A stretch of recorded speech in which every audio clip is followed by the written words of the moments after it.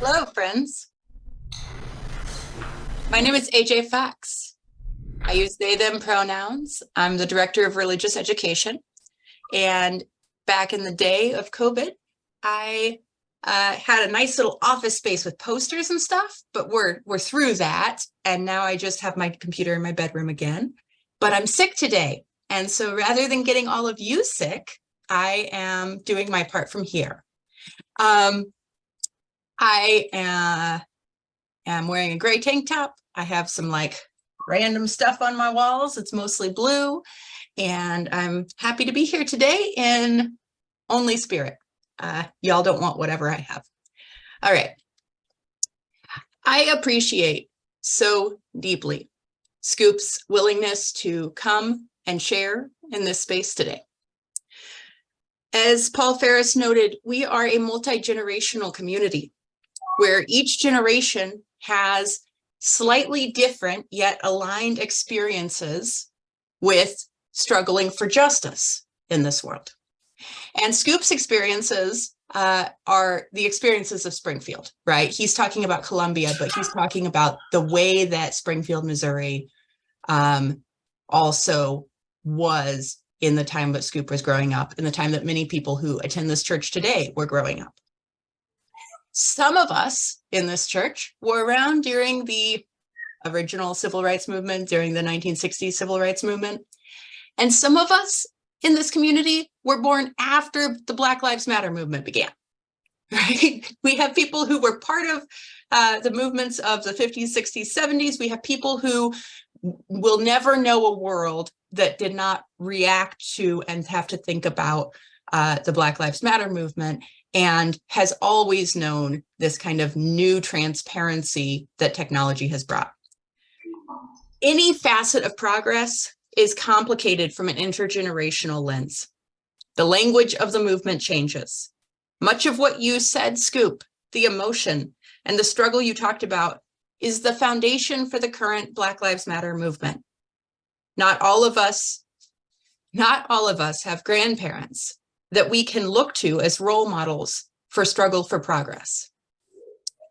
And in trying to understand and learn about the current struggle, that is part of what this intergenerational church community gives, right? These are the grandparents that I want my kids to have conversations with over potluck. I'm so grateful that the children and youth and young adults of this congregation get to hear from people about their previous work while also learning about today's current unfolding movements. All right. Scoop shared stories of racial disparity in the university, racial tensions in the public schools, and experiences of an unfolding understanding of racial tension and economic inequality of racial experiences. I was especially moved when he named the experience of watching domestic workers traveling to work in homes owned by white people, and the way that those jobs left the parents struggling to serve as things like den mothers in the Scouts. What I hold is that this is what the impacts of what Scoop was experiencing are quite alive and unfolding today in Columbia and across the nation. In 2015, we talked about Black Lives Matter, and all of us think of Ferguson, Missouri, which is very close to Columbia. But in 2015, major protests broke out at the Missouri University campus in Columbia, exposing an ongoing legacy of discrimination. Despite significant administrative changes, the university faced criticism again just last year for its refusal to take disciplinary action against a student who used racial slurs and supported racialized violence on social media. This demonstrates how the struggles for racial integration that began well over a century ago with the end of the civil rights, or with the end of the Civil War, continue to impact students even now. And the Gaines versus Canada case mentioned by Scoop highlights the past struggles for educational access. Yet this summer, the Supreme Court gutted affirmative action. In this historical context, we find the renaming of the Robert E. Lee Elementary School to the Locust Street Expressive Arts. We see the changes that signify a move away from honoring figures associated with the Confederacy and that acknowledges the importance of inclusivity and diversity in educational spaces. We see that in Columbia, what is called the Confederate Soldiers Memorial Rock, put up in the 1930s, as all those Confederate statues were being put up as kind of, dog whistle icons. The Confederate Soldier Memorial Rock was first placed at Ellis Library on the campus.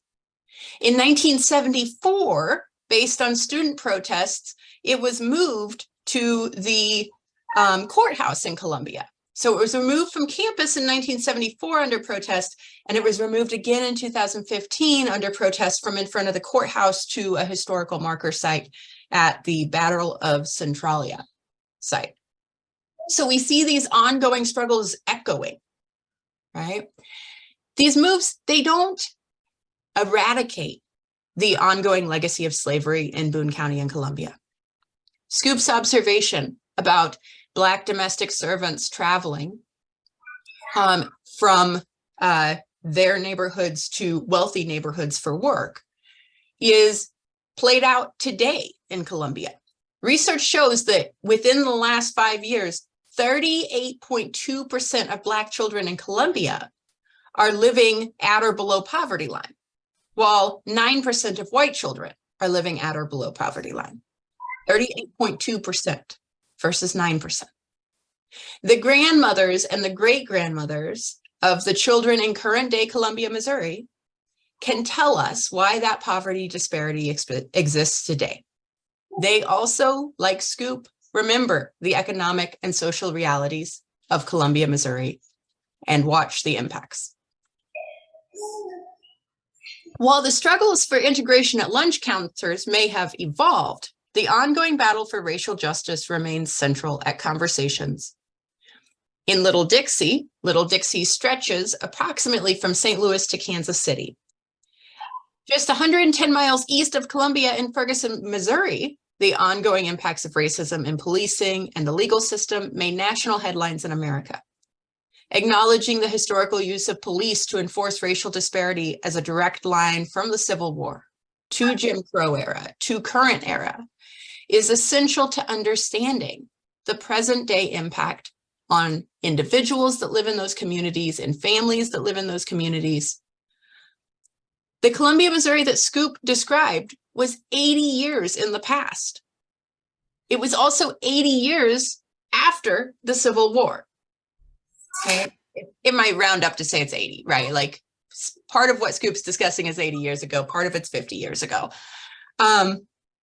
As we reflect on the racial tensions that Scoop's describing, we can recognize that the same struggles are echoing and continuing to unfold today. It can feel like the Civil War was eras ago, right? Yet we can watch generations struggle with the impact and figure out how to respond to racial justice in America. All right. In 2015, Unitarian Universalist ministers and individuals were called to the streets of Ferguson and the streets of Columbia. They were called there by our shared principles of justice, equity, and compassion in human relations.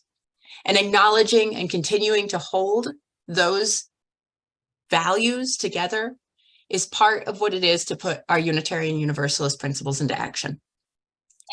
Thank you, Scoop, for taking the time.